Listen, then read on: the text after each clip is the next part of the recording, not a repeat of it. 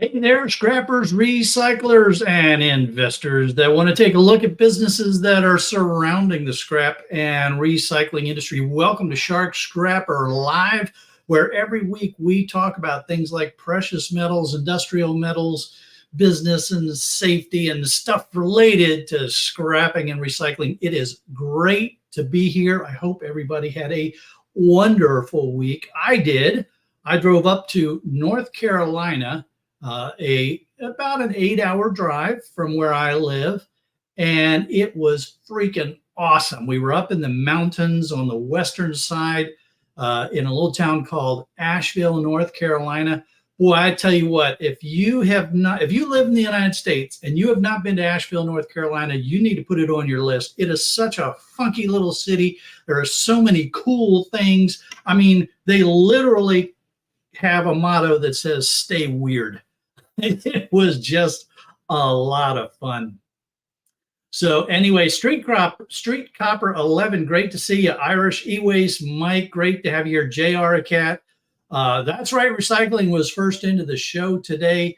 It's great to see everybody. Hopefully the audio is doing well, and we're not having any trouble, and we won't have any trouble as we go forward. But be sure to let me know if we do start having some trouble so I can try to fix it again like we did last week. Sometimes when you're live, stuff happens. All right, so we are going to dive right in with our precious metal discussion this week. And this week we are talking about platinum. Now, I use the APMEX charts. As you all know, I am not sponsored by Hey Scorpion, great to see you, man. I am not sponsored by APMEX. It's just one of the companies that I have used when I buy and sell physical gold and silver. Now, full disclosure, I do not own any physical platinum unless that happens to be in some of the stuff that's laying around in the shark cage. I'm not quite sure at this point, but I have not and will not buy platinum as an investment grade metal. And as we go through this discussion today, it should be pretty clear why I do not do that. So first of all, we're looking at the 24-hour, and again, I don't get terribly excited about the 24-hour ups and downs here. I'm more of a long term, but I do think what's interesting about this chart, and this is a kind of almost a psychology thing, right? When you first look at this chart, you would, if you didn't have this part up here, if you just looked at this chart, you would get sort of a feeling that platinum was going down. But when you look at the data, you go over here, you see platinum at 930.91, and then over here on the other end, it's up at 931. You say, oh yeah, okay, it's going up. But the chart looks to the immediate eye like it's like there's a downward trend going on here. And I just thought that was kind of interesting. I think a lot of it is the way they've done the colors. So you've got these bold colors here, and then the lighter colors out here. It just sort of tricks your mind a little bit. Always be careful that when you see charts, whether they're on printed media or in digital form, always be careful of the chart and actually look at the data, because there are tricks that marketers can use when it comes to charts. Okay, now enough of that. Into the discussion. The 3-day trend, we see that platinum is up 0.76%, and it's up $7, but for platinum that isn't a huge rise. And if we look at the 1 week, we see platinum is down 1%, or $10.70. And here that's pretty obvious in this chart. If you take a line and pull a line from the beginning to the end, there's definitely a down slope there, and you can see that most of the area is below the slope. So yeah, it was way down and then tried to climb back up a little bit. If we look at the 1 month, we see another pretty obvious just downward trend in platinum. And while I'm going through these charts, I'd like to know if there's anybody out there that has or does purchase physical platinum as an investment grade metal, the way most people do with gold and silver. So if you bought platinum, let me know, please. Okay, so let's see. If we look at the 3-month, we see we are again down here, so more downward trend for platinum. And in the year to date, yep, that's down. I mean, we had it kind of dipped, it came back up, and then it's dipped and came back up. But these peaks are all going down. These troughs are all going down, and it's always just gone down again. And apparently, we're having some audio problems again. Yeah, this could be an internet thing, possibly. But here, hang on. Let me try something. Let me try something here. Hang on just a second.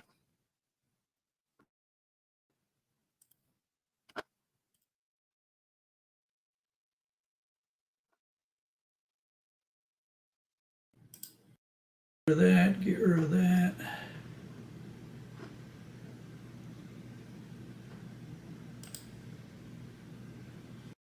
Here, do that. All right, so let me know if that made any changes in the audio there. We've tweaked a few adjustments here, so hopefully that improves things. All right, so now we're back over here to the 1 year. We see that we are up 0.5%, so that's not a great rise. And then if we look at the 5 year, we're down 0.2. So this is the real reason why I do not invest in platinum. I mean, you look at that; it's just you're not going anywhere. You're not getting anything out of it unless you're really playing some timing game and trying to grab these peaks. If you were to look at the precious metals like gold and silver that most people invest in, if you look over the 5 year, you see that gold is definitely trending up again. You see silver trending up. So I don't do platinum because of these challenges. All right, gremlins are back again. All right, hang on. I am going to do this, and let me know now if that's helping at all, because there was an observation last week that the audio got broken up when I shifted over to the second screen. So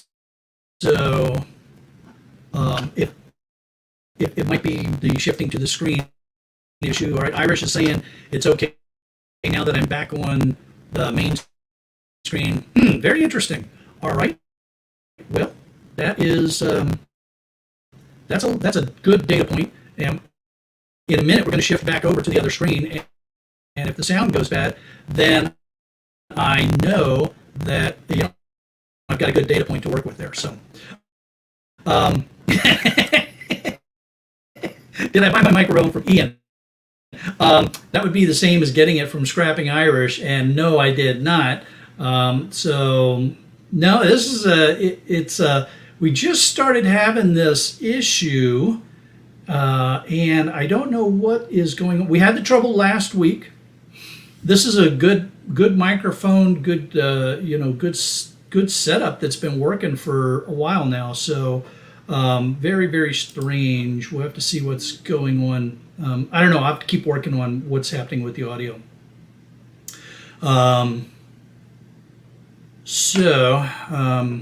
Let's see. Now, back to platinum. Anthony says, it's like life. It has its ups and downs. You just hope over time it goes up. He stays away from platinum. Yeah, I'm staying away from platinum as well. Hey, Scrap It All, great to have you here. Yeah, I'm staying away from platinum.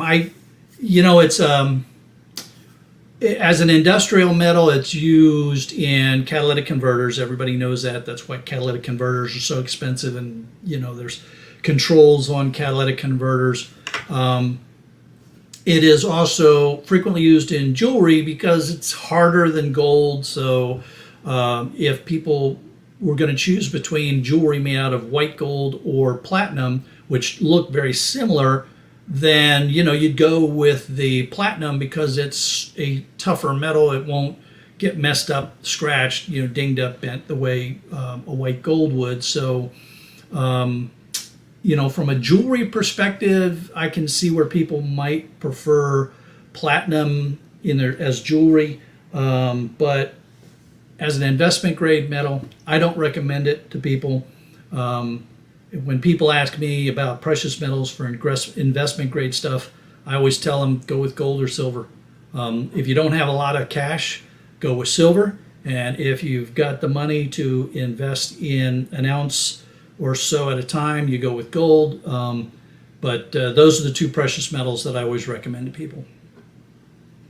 All right, so we are about ready to go over to the other screen again. Oh man, I tell you. All right, but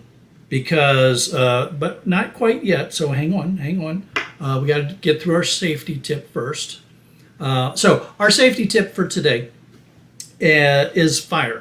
Whether you're doing this as a hobby or you're doing this as a business, you always have to be concerned about a fire. As a business, my local fire department can and does conduct an annual safety inspection of my facility. I have to have exits on either side of the building. I have to have the emergency sign above that stays lit. It's battery backup, so if the power goes out, it stays lit so that a person can find their way out of the space.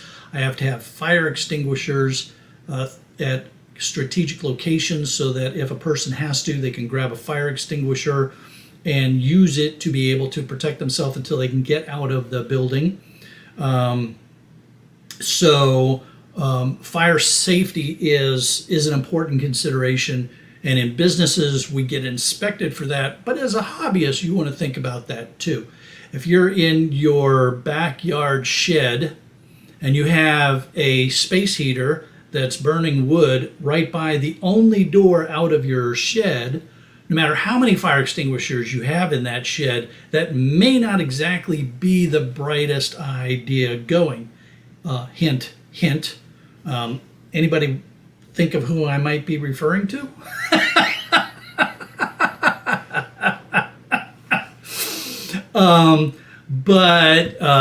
The other thing is, if you're scrapping in your garage and your garage is attached to your house, well, you need to think about what could happen. Could it take down your entire house? How are you going to, what are you going to do to protect yourself? There's somebody in the chat here right now, Street Copper 11, and he does pours. But if you've ever noticed, this guy is really safe with his pours. There's nothing around the area that he's pouring in, except the furnace and then the molds.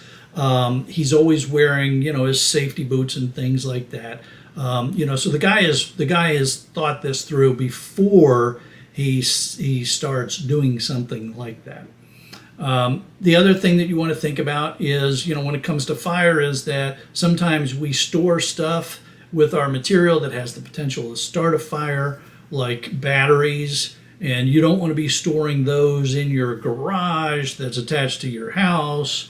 So just kind of keep in mind the potential for a fire to happen and what the results could be if a fire did happen. For instance, at the shark cage, well, if there was a fire at the shark cage while I'm there, we'll all get out. And I have the phone numbers for the people that are next door, and I can call them and let them know so they can get out. It's a metal building, and the worst that happens is a metal building burns down. There's nobody there overnight, so if something was to catch fire during the night, then again, the worst that happens is a building burns down. It is not attached to any place where people are living. It's in an industrial area. It's got this building is not does not have a sprinkler system. It's not required to have a sprinkler system. So yeah, they'd be waiting for the fire department to show up. So there is that. But a lot of buildings do require sprinkler systems because for fire suppression. The ceilings are so high in the shark cage. I don't know if you all have ever noticed that, but the ceilings are so high in the shark cage that if there was a sprinkler system, by the time the water got to the ground, it would have evaporated. Lithium batteries, exactly. That is one of the big concerns that I have. I always worry about lithium batteries. When I get lithium batteries, I tape off the connectors so I can limit the possibility of short circuits. I don't let them accumulate to a great quantity. I try to keep them moving so that I don't have a big stack of them. If they are bulged or damaged, I do not store them in the shark cage. I know there are people that, I've had some people get upset with me because I tell them, this battery is bad. It's going right out to the dumpster. The issue becomes there could be a dumpster fire, right? Or when the dumpster gets loaded into the truck and it gets crushed, that it could potentially cause a fire in the truck. It's not going to cause an explosion. That's not the way lithium batteries catch fire. It could start a fire in the truck. I do not argue that at all. But if it's a choice between burning down the building that that people are using for their livelihood, or a truck operator having to dump the burning load in the street and have the fire department put it out, I'm going to go with dumping the burning stuff in the street and letting the fire department put it out. When we're doing this, there's risks, right? And you have to just assess what the potential risks are, and you mitigate the best you can. So that's what I do with the lithium batteries in order to try to mitigate what can happen. Yeah, you know what? That's a good point. At home, keeping fire extinguishers throughout the house, but you never thought about the garage. You definitely want to think about that. Have fire extinguisher out in the garage as well, and also that's a really good point. I do want to take a minute to go into a little bit more. When you're a business and you get inspected by the fire department, the fire extinguishers that you're going to buy from Amazon or at Walmart or Home Depot, they don't cut it. They're not going to pass you if those are the kind of fire extinguishers that you have. You need to have fire extinguishers that come from a approved company that will come out every year and inspect the fire extinguisher. A lot of times they'll weigh it to make sure that it hasn't been discharged and the gauge is malfunctioning. But there needs to be those fire extinguishers for a business have to be industrial grade approved fire extinguishers, and not the stuff that the homeowner is going to purchase from the Depot or Lowe's or Amazon or wherever. So it's definitely a different kind of fire extinguisher.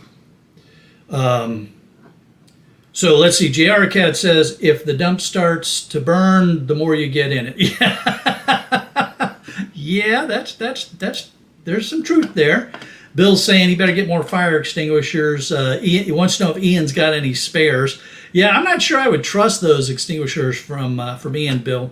That could be a little bit iffy. And then having the right type of fire extinguisher is very important. Yes, absolutely. Certainly there are fire extinguishers that work on electric fires, others that work on chemical fires, others that work on wood. Some can cross all those. And if you haven't done this, you may want to look up the different classes of fire. Sometimes they're referred to as ABC, sometimes they're referred to as the type of material that's burning. Always good to just educate yourself a little bit on those kind of safety things, so that you can, you're familiar with what is the right thing to have. And whatever you do, if you have an oil fire, don't spray water all over it because you're just going to spread the fire all over the place.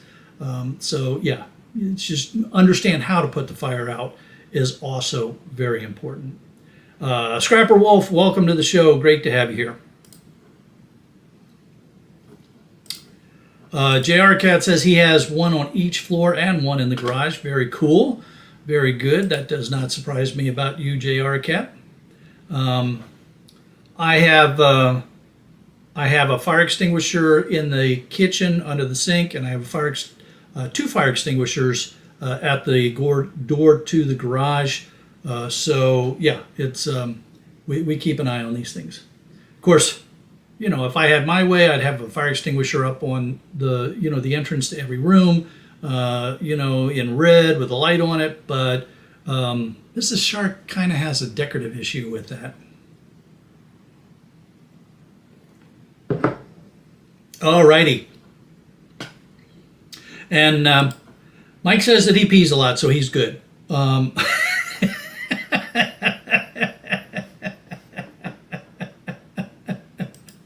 Oh, man.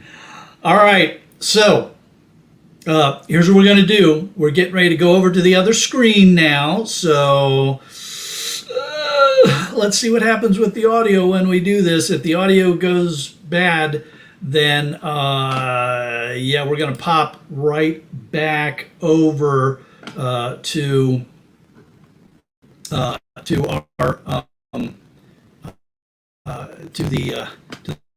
the main screen here. So all right, here we go. Y'all ready? Here we go. All right, we are over in Copper. Here's a Temu advertisement. Let's get rid of you, Temu. We don't need you. All right, so Copper, it's down a little bit in the 24. Worse yet, we look at the 30-day. Temu, I said go away. I don't want to advertise for you. We see that on the 30-day spot price, Copper is going down. That's not good. We do not like to see that. Oh, man. All right, and then if we look at the 60-day, we see that Copper is going in the wrong direction. This is not good, folks. Copper is just not being our friend these days. Here's the 6-month Copper spot, and it's going down, and we certainly didn't like when that happened. So, yeah, man, Copper, not good. Copper is not good right now. Scorpion's got to go later on. Scorpions, we'll see you later on. JR Cat says it's back. Is that the sound gremlin that's back, JR Cat? So, now that's right, recycling. I agree with you, what you're saying, that what goes down always comes back up. Yep, in the scrap world, we definitely need that. All right, so let's take a quick look at what's happening here with the warehouse, because it's the okay. Keep this in mind while we go back over here. All right, now the sound should come back again.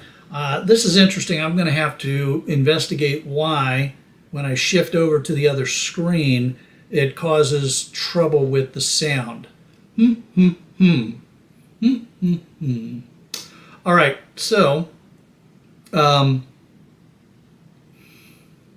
anyway, the thing is the thing that we were going to look at was that the 1-year London Metal Exchange warehouse stock levels are dropping,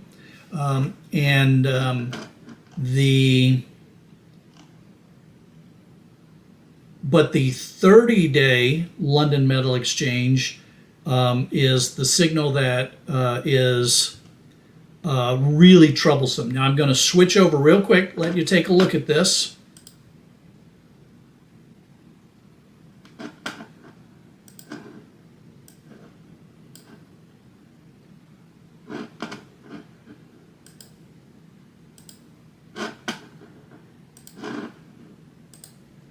So that that tells the story of what's going on, because with the warehouse levels increasing, meaning that there's more copper stacking up, that's going to keep driving prices in the wrong direction as far as we're concerned, that the prices are going to keep going down. So there's a lot of discussion right now about why that's happening, what is causing copper to the prices to either stay level or go down, and why the inventories are picking up. So you've got this combination of China didn't open up as quickly or as fast as people thought. You've got the EV, the electric vehicle manufacturers, finding ways to use less copper in the cars. And but at the same time, you still need copper for a lot of the electrification projects that are going on. Now, as more countries push money into electrification, and I know it feels like it's been going on, but the real money hasn't hit. I mean, the real money is only just beginning to hit. And I think we're going to see copper come back again. I still maintain the copper will come back, and if you have copper, it would be good to hold on to it if you can.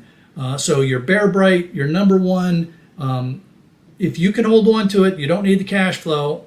I recommend that you hang on to it. I'm hanging on to my Bear Bright and my number one. I sell my insulated copper wire and my number two copper as necessary for cash flow. I'm even hanging on to a little bit of number two copper too.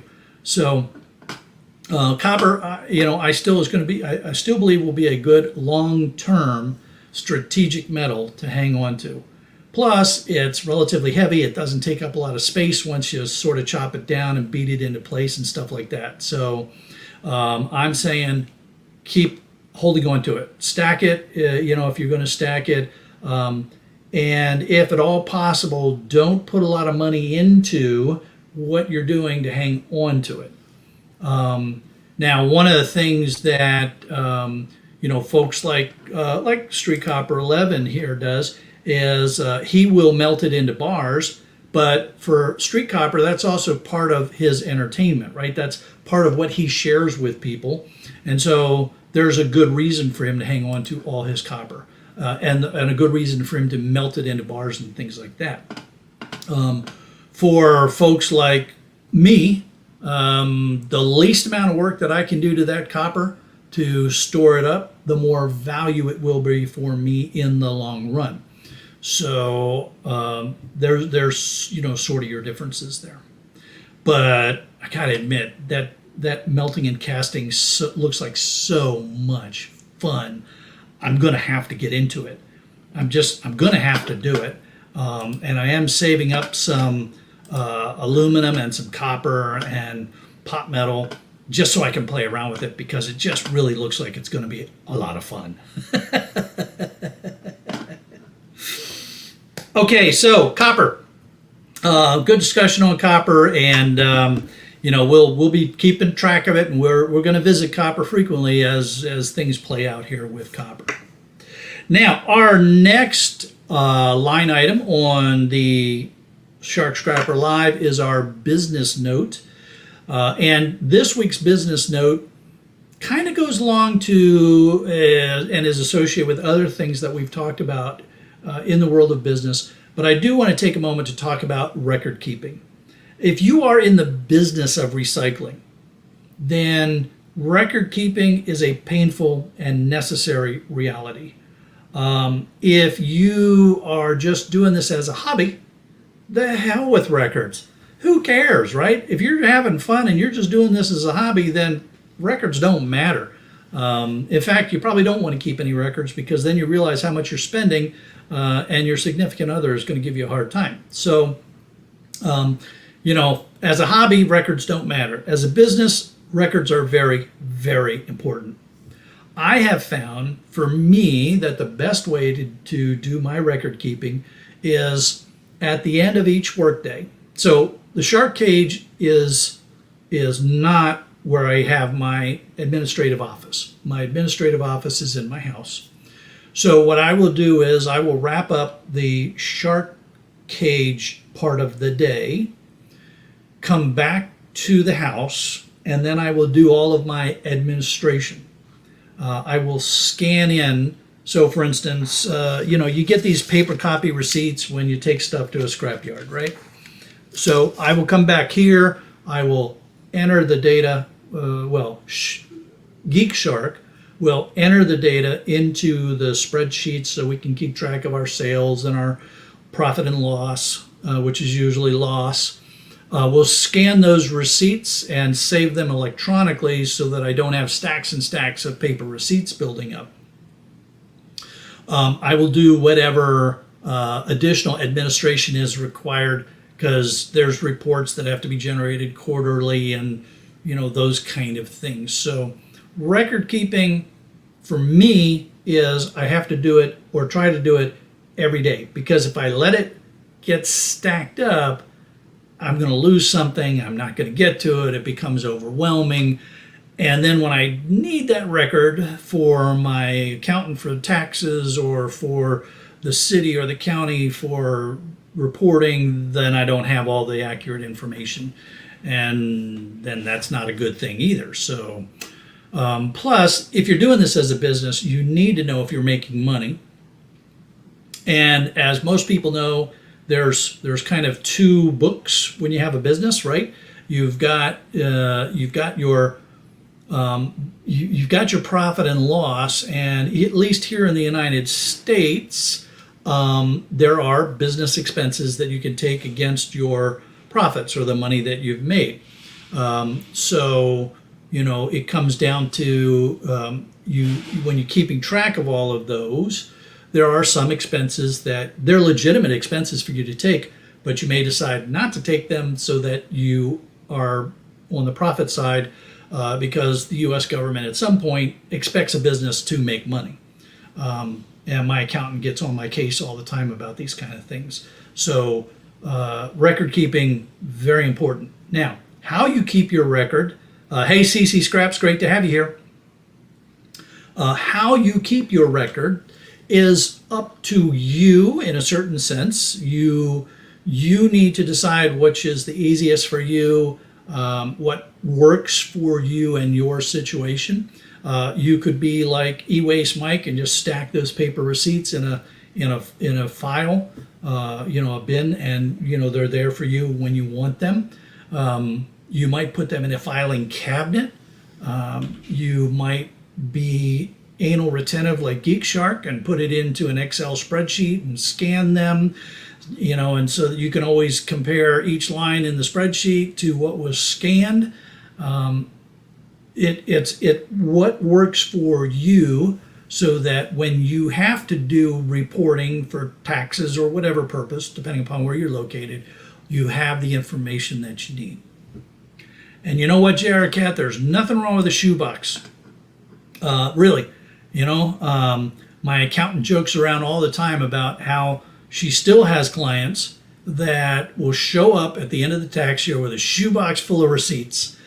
And she's actually kind of funny. She says, in a way, those are good clients, because I have to spend so much time going through those paper receipts. It costs them a lot more than if they would just send me the spreadsheets that I can just pop right into the software. So do what works for you. Hey, Scrapping on the Fly, great to have you here. Do what works for you, and just be consistent and keep up with it, and try not to let it get ahead of you, because that's when it can get ugly. Now, something else that I want to do, this is a little bit different. We've not done this before, but I wanted to let everybody know, because there are a number of you that are in the chat right now that are YouTube creators. You've got a YouTube channel and you're putting up shorts. And I just saw a note, some updates on information from YouTube about links in the shorts. They're going to go away. You may have already noticed this if you're doing a lot of shorts, that you used to be able to link from your short. You could link to something else, like another, take people off of the YouTube platform. Well, YouTube has gotten hit so bad by people taking viewers off of the YouTube platform, that they have removed that ability from the shorts, from your shorts. Excuse me. So, what they are going to let you do, and I'm not exactly sure the timing of how this is all going to work, but what you will be able to do and is that you will be able to put a link down in the description that can take people to more of your content. Or to other content. I don't know if it's just your content or other YouTube content. So YouTube is going to restrict your ability to have a link that will take people off platform, but they will let you link to other YouTube content, or maybe it's just your own YouTube content. Then what they're going to do is on your YouTube channel, you will be able to have up to 12 links in the channel. So if someone goes back to your YouTube channel page, you can have links there that can take them, say, back to your own home page or that sort of stuff. So for instance, because I sell tools on my Amazon, I have an Amazon store where you all can buy tools for the trade. I'm going to have to figure out what I have to do with that affiliate link to the Amazon store so that when people want to buy tools off of my Amazon site, I got to figure out how that's going to work. Now those are all on my long form videos. They haven't said anything about what's going to happen to long form yet, so I think I'm okay there. It's just in the shorts feed that they're doing this stuff with the links. So we'll keep an eye. We'll see how that one plays out, and if I learn anything more or anything that conflicts with what I've just learned and put out, I will let you all know. We'll see how that one plays out. All right, now our next sequence here, we need to go back to the other screen. So we'll see here what's going to happen with the audio. Oh man, this is so annoying. But we're gonna. It's time to talk about stocks, and I did have a viewer request for a specific stock, and that stock did come up in this week's edition of the Value Line Survey. So those of you that have been around for a while, you know that I take all the data that I talk about with stocks from this Value Line Survey. They do not accept any advertising, so it's just straight data and unbiased analysis of the data, which is what I really like about that source. Okay, so, and I am not sponsored by them. It's purely subscription based. Any of you could subscribe to it if you want to, so you would have access to the same information. Now, I did have a while, maybe a month or so ago, I had a viewer ask me to look at Southern Company. Southern Company is an electric utility company on the East Coast, and they were analyzed this week. So we've got updated information for them, and I'm going to compare them to a couple of other, East Coast utility companies, so you can gauge where they stand relative to other companies. Also analyzed this week was the heavy equipment industry. So there's a couple names there that I think all of us know and will find interesting to see how they rank up with my requirements for a company to consider investing in. Remember that I'm a dividend investor, so I want to invest in companies that are going to give me good long-term dividend results. That means that I require that they have 17 years, at least 17 years of increasing cash flow per share, earnings per share, or dividends per share. And primarily I'm interested in those dividends per share. I figure if a company can meet any one of those three criteria for 17 plus years, their leadership knows what they're doing, and I can feel safe investing and being a part of that company. Because let's face it, if you invest in a company, you're becoming part of that company, right? So we're going to hop over here to the other screen again. Let me know what's going on here audio wise. If I have to, I may go back and forth a little bit. in order to keep the audio from becoming too annoying here. Hopefully this is not going to be a problem.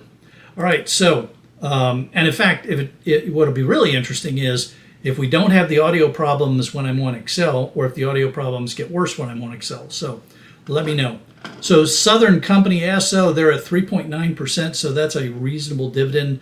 That's in that very close to that 4% that we're looking for, and it's on $72.34 a share, which isn't too terribly bad. What I like to do with Southern Company, full disclosure, is I will buy into them. I would collect the dividends when the prices drop. I buy more.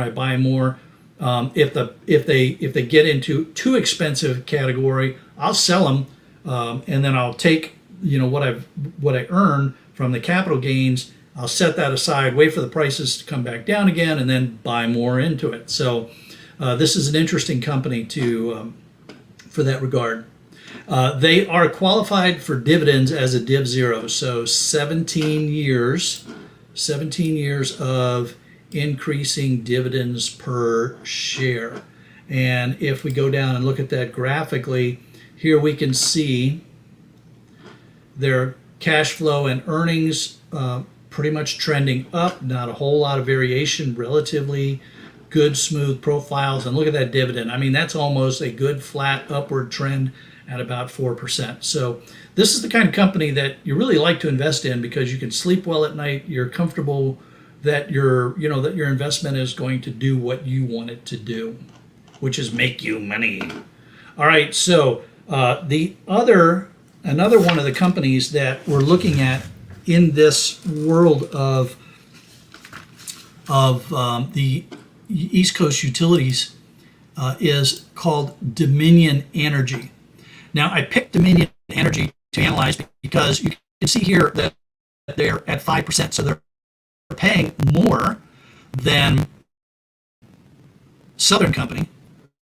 Their share price is $53.55, so they're less expensive to get into, but they're not qualified. Look at that. They had 2 years when their dividend went down. They're projected to have 2 years of flat dividends here. So there is, and they're not qualified for cash flow or earnings per share. So I'm not saying that Dominion Energy isn't a good company. I'm not saying that you shouldn't invest in them. I'm saying they're not qualified to the standard that I hold the company to if I'm going to invest in them for dividends. But 5% is pretty nice, and it's not a bad price to buy into. So Dominion Energy is one that you may want to think about. Recognize it's a little riskier than Southern Company. All right, another one of the companies that we might look at. This one I picked is okay. Thanks, Roger. Hopefully it's. Let me know if it stays back here. I'm taking notes on what causes the audio to become problematic, so I can try to troubleshoot this a little more. Eversource Energy, their yield is 3.8%. Again, we're real close to that 4. Remember, Southern was 3.9, and their price is $72.33, so very comparable to Southern. But you might actually look at these guys and say, well, you know what? They're even better because look, they're qualified as an E1, so their earnings per share have gone up every year, with the exception of this one year right here where they had a small drop. So compared to Southern Company, you might think of them as a better company because they have actually outperformed because they have 2 of the 3 criteria that meet what we're looking for. And you can see it here. Here's the earnings per share went up every year except for this one little verbal here. Their cash flow per share, different story. And their dividend, well, it doesn't look like as good an increase, only because the numbers are, relatively speaking, these numbers aren't that big. So that's why this line doesn't look as good as it did for Southern Company. But it's still a Div 0 company, always going up.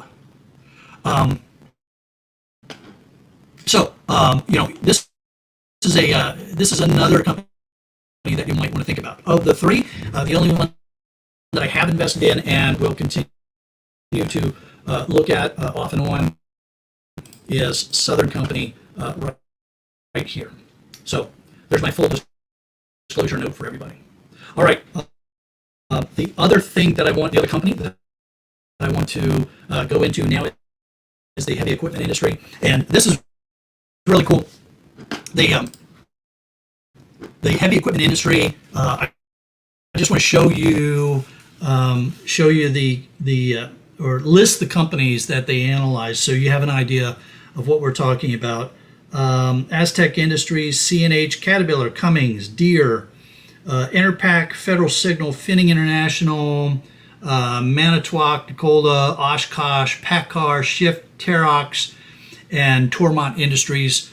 I'm sure that you've recognized a few of those names in there.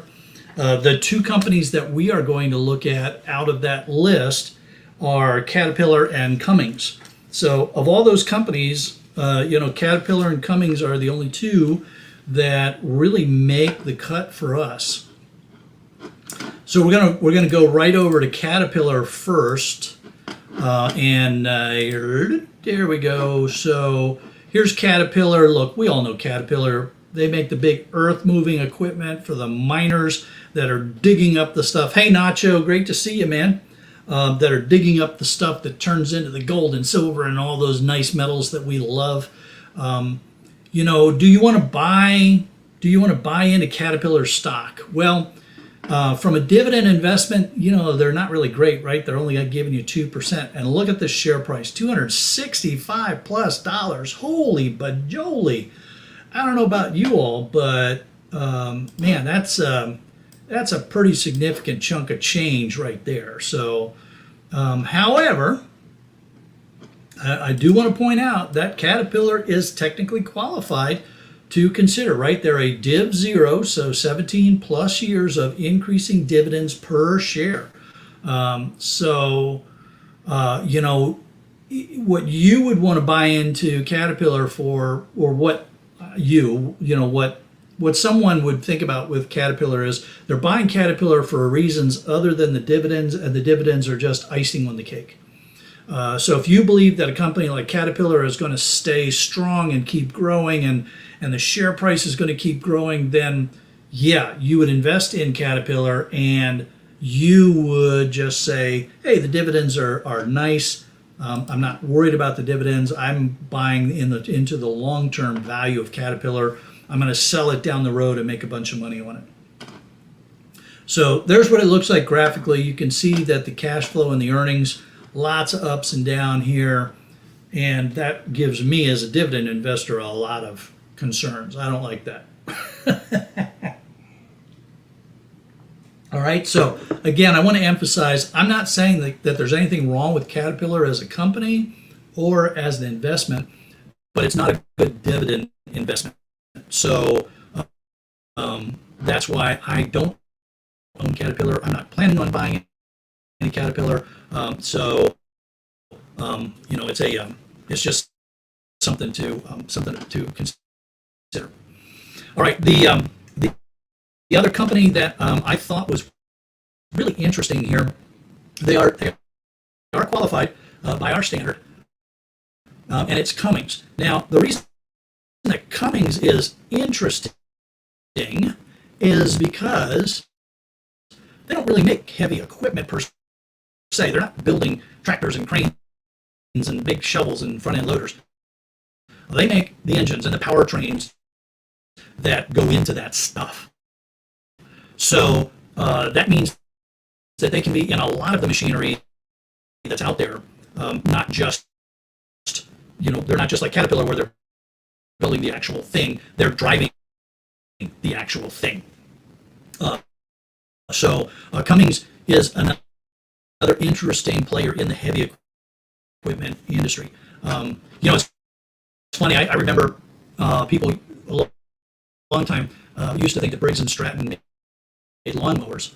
They don't make lawnmowers, but a lot of lawnmowers had Briggs and Stratton engines. right? So Cummings is the same way.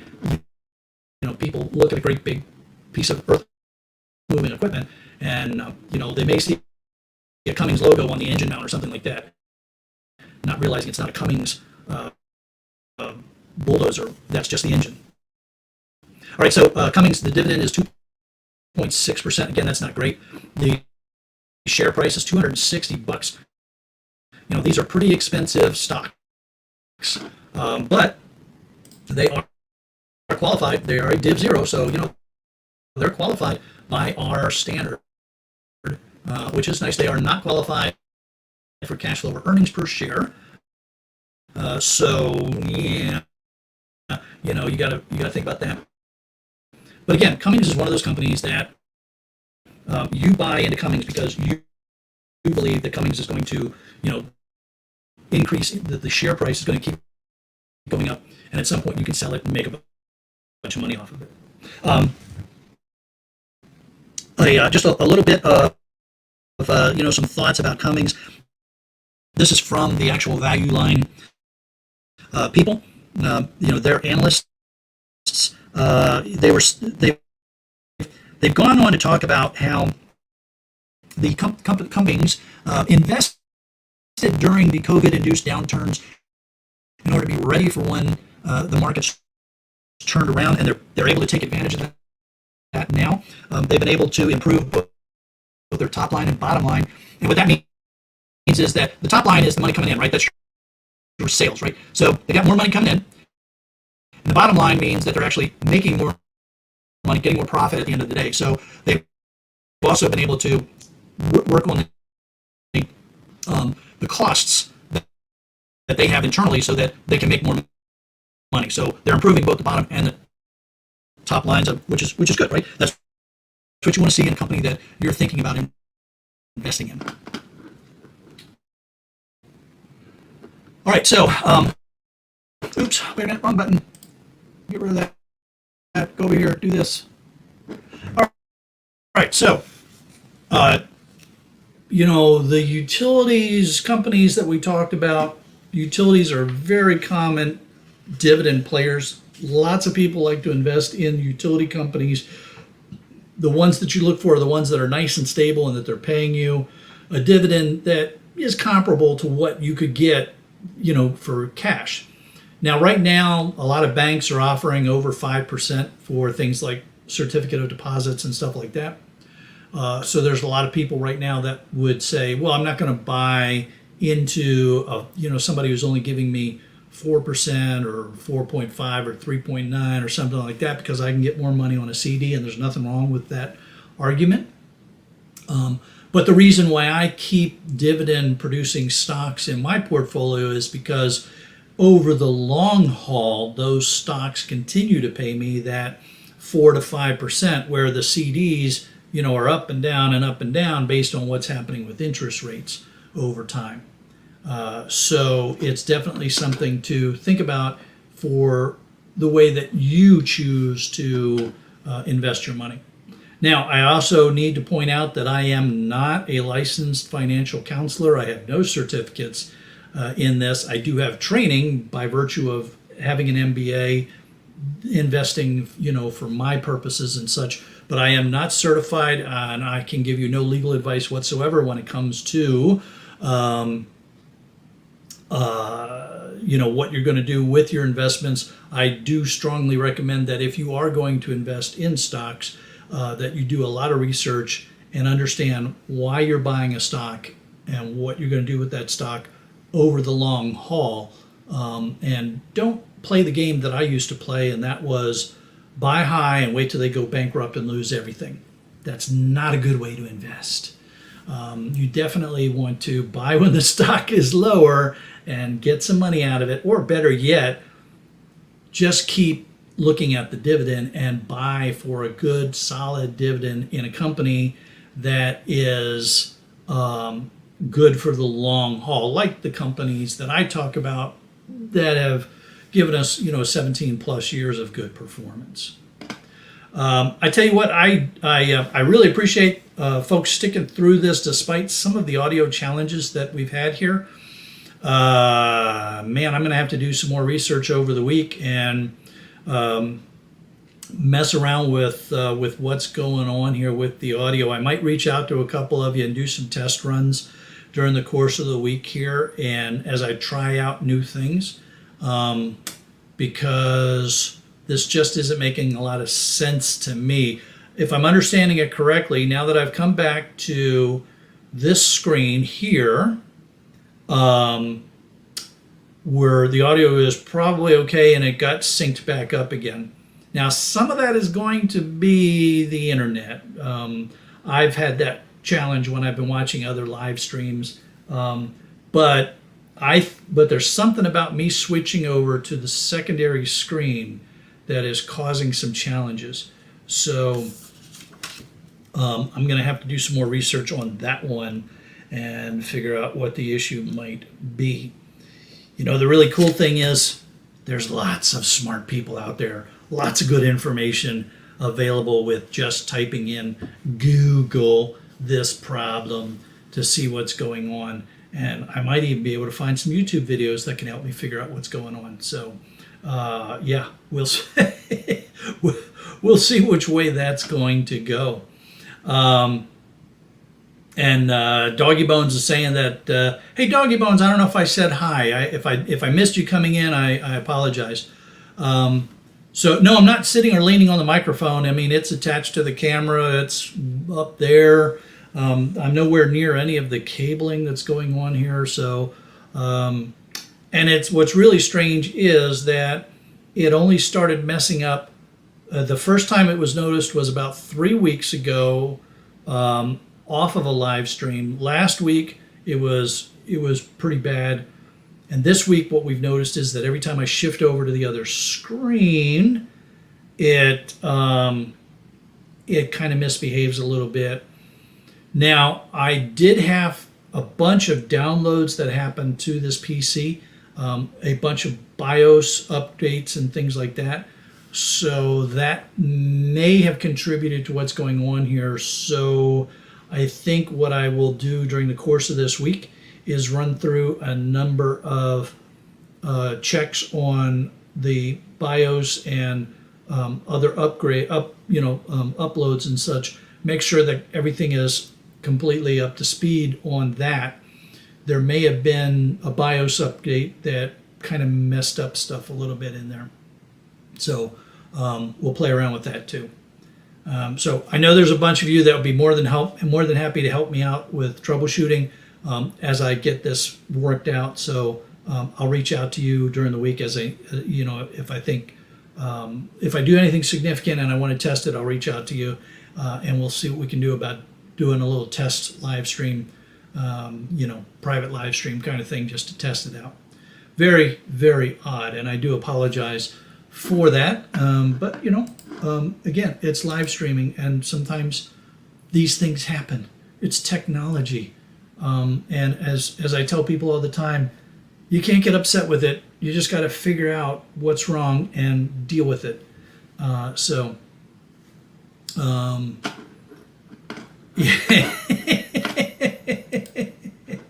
Yeah, I know, Roger. It's like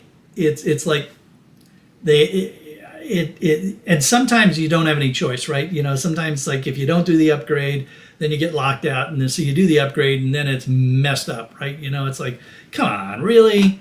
And then they'll come back with the upgrade for the upgrade because the upgrade messed up. So now you got to do another upgrade to fix the one that they messed up. Yeah, it's like very frustrating, But hey, again, that's technology, right? And JR Cat is saying, turn it off and turn it back on again. Yeah, I actually did that. I did a reboot about 45 minutes before I started the live stream. So I did a reboot just to make sure that there wasn't something that may have been hung up in there.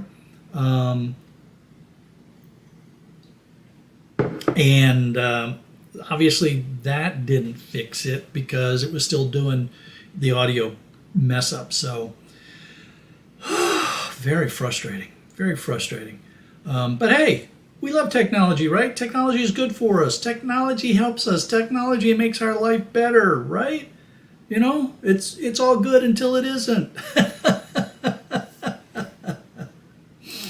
Hey, once again, I just want to let everybody know that if you're here in the United States or you're going to come visit the United States, definitely put Asheville, North Carolina on your list of places to see. I mean, that is just such a funky little place. Kelly and I had a blast. We had so much fun walking around. I mean, they got this really cool arts district. I went there to talk to a couple of scrap yards that were in town to learn more about the scrapping business and try to set up some partnerships and stuff like that with them, because we're thinking that might be a future location for the shark cage. There's beautiful, it's up in the mountains, just gorgeous, gorgeous mountains all around. We have a relative that lives up there that, was talking about all the waterfalls and the rivers and the fishing and the hiking, and it's just such a beautiful place. So if you get a chance to visit Asheville, North Carolina, you definitely want to have that on the list, because beautiful place. There's lots to do, whether you're an outdoors person or you like the art scene or you just like the funky kind of stuff that goes on, or you like cool restaurants, because lots of good restaurants, lots of little microbreweries, all kinds of different beers that aren't nationally distributed, that they're just right there, little microbrews right in the town. Just lots of cool stuff. So Asheville, North Carolina, great place. So having planted that seed with everybody, if you have autoplay enabled, when I turn off this live stream, we will be taken right over to Scrapping Irish's live stream. If you do not have autoplay enabled, then I encourage you to go on YouTube, look up Scrapping Irish, and click the link for his live stream and join us over there. Always lots of fun on Scrapping Irish's live stream. You never know who's going to come up on the panel, what kind of discussions, where they're going to go, what we're going to talk about. It's as freeform can be. So I've had a blast hanging out with you all. Again, I apologize for audio problems again this week. We're going to work on it. I will see you over on Scrapping Irish's live stream. Have a great week, everybody.